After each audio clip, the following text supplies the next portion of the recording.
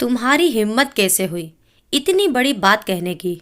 मनोज की कड़कती आवाज कानों में पड़ते ही पायल के पांव जहां के तहां थम गए। अभी 1.5 साल ही हुआ है तुम्हें इस घर में आए और अभी से घर की मुखिया बनने की कोशिश कर रही हो। यह आवाज सासू जी की थी। मधु के माँ बाप अभी जिंदा हैं। उसके अच्छे बुरे की फिक्र करने के लिए हम हैं।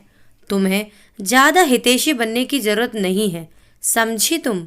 ससुर जी गुस्से में उबल पड़े।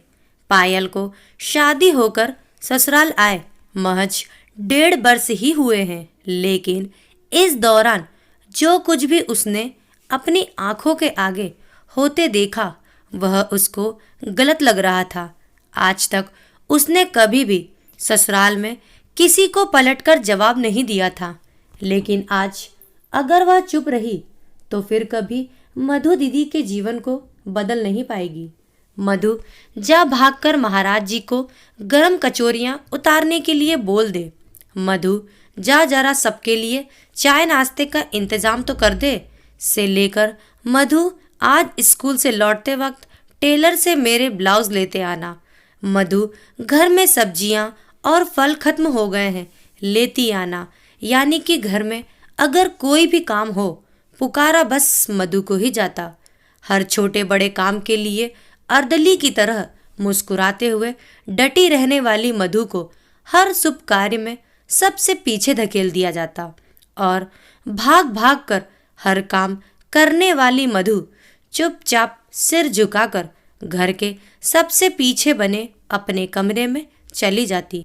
पायल शादी होकर आई तो आते ही उसे अपने ससुराल में जो बात सबसे ज्यादा खटकी वह यही थी।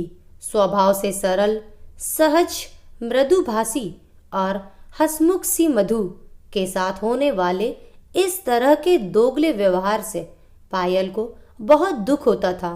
परिवार का सदस्य बनने के बाद धीरे धीरे मधु दीदी के बारे में पायल सब जान चुकी थी। 23 वर्ष और एमए पूरा होते ही मधु की शादी हो गई थी। विवाह के महज 6 महीने बाद ही सड़क दुर्घटना में असमय ही उनके पति काल के गाल में समा गए। ससुराल वालों ने उन्हें गर्म दूध से मक्खी की तरह निकालकर मायके लाकर छोड़ दिया था। विवाह को ठीक से समझ भी नहीं पाई थी मधु कि उनका सब कुछ छिन्न भिन्न हो गया। जैसे तैसे संभली और एक स्कूल में टीचर का जॉब करने लगी। अब 35 बरस की हो चली है मधु दीदी। मधु दीदी की शादी उनके साथ ही टीचर योगेश जी के साथ कर देना चाहिए।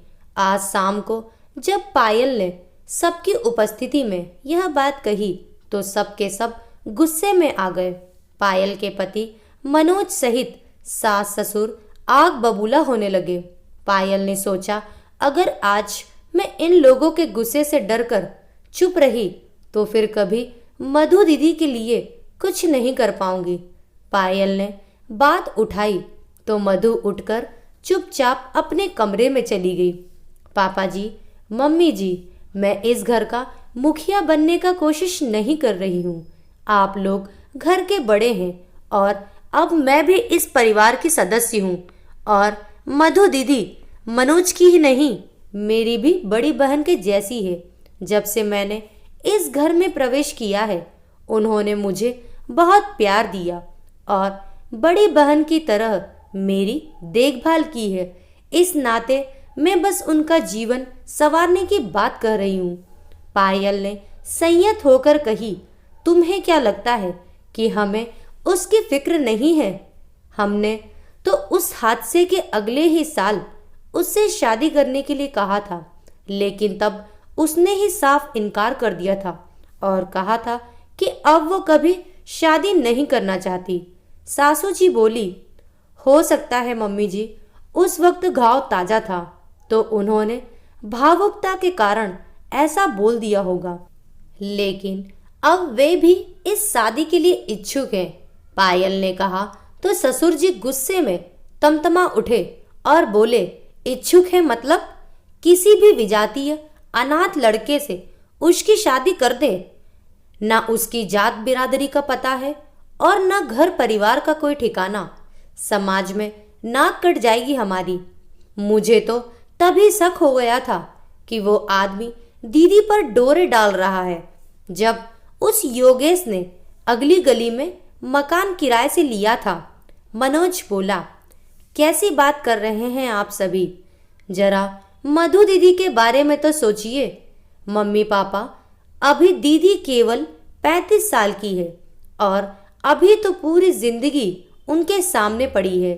आप लोग भी अब वृद्धावस्था की ओर बढ़ रहे हैं। क्या आप जीवन भर उनके साथ रहेंगे? मनोज और मैं अपने परिवार में व्यस्त हो जाएंगे, लेकिन दीदी का क्या? वो क्या जिंदगी भर इस घर में एक ऐसी अर्दली की भूमिका निभाती रहेंगी जिससे हर काम करवाया जाएगा और शुभ कार्यों में पीछे धकेल दिया जाएगा? अभी उम्र ही क्या है दीदी की? उनकी भी तो कुछ अधूरी ख्वाहिशें होगी ना, जिन्हें पूरा करने के वो सपने देखती होंगी। मैंने दीदी से बात की है और दीदी को भी योगेश जी पसंद है। वो एक नेक इंसान है। मैं आप सभी से हाथ जोड़कर विनती करती हूँ कि जिन दकियानूसी सोच की बेड़ियों में आप सभी जकड़े हुए हैं, उन्हें उतार फेंकिए। बस एक बार मधु दीदी के सूने बेरंग जीवन की ओर देखिए और आजाद कर दीजिए उन्हें ऐसी सभी बेमानी बेड़ियों से जो एक स्त्री के जीने का हक छीन लेती है। कहते हुए पायल भावुक हो गई और उसकी आवाज रुंध गई। सभी निशब्द थे। मधु की पीड़ा से कैसे सभी अब तक अनजान रहे। उसे भी योगेश पसंद है जानकर सबकी आंखें नम हो गई। बड़ी गलती हो गई मुझसे। मैं तो माँ थी। मैंने भी कभी उसके दिल को टटोलने की कोशिश नहीं की। उसने शादी से इनकार क्या किया? हमने तो उसे उसके ही हाल पर छोड़ दिया। बेचारी मेरी बच्ची सच में इस घर में अर्दली बनकर रह गई। बचपन में मुझसे हर बात शेयर करने वाली दीदी कब मुझसे इतना दूर हो गई और मैंने ध्यान ही नहीं दिया। माफ करना पायल। मनोज बोला, मैं अभी दीदी को लेकर आता हूँ। मनोज बोला, हम भी चलते हैं और मधु से बात करते हैं। सासू जी और ससुर जी बोले।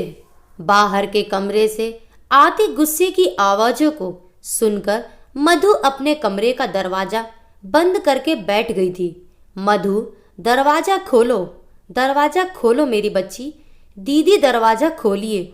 सभी काफी देर तक दरवाजे पर दस्तक देते रहे। बार बार पुकारने पर काफी देर बाद मधु ने दरवाजा खोला। आंखें लाल और आंसुओं से भरी हुई, बाल बिखरे हुए, अस्त व्यस्त सी, मधु सिर झुकाए सामने खड़ी थी। माँ और पायल ने झट से मधु को गले लगा लिया।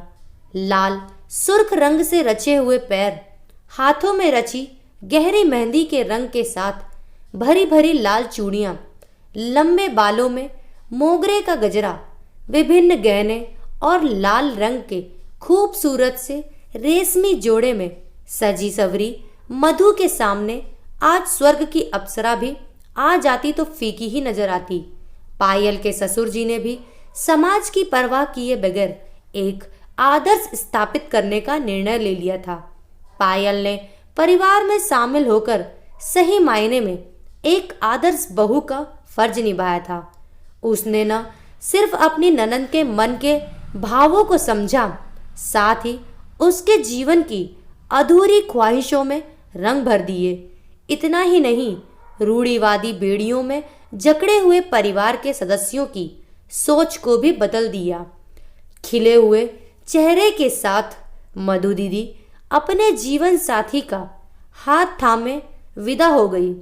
अतीत की सारी बेड़ियों से मुक्त होकर उम्मीदों के पंख पसारे वे उड़ चली एक नए आसमान की ओर, जहां एक नया जीवन उनका इंतजार कर रहा है।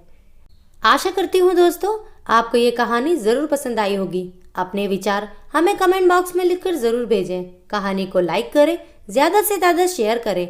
अगर आप चैनल पर नए हैं तो चैनल को सब्सक्राइब करना ना भूलें। Thank you.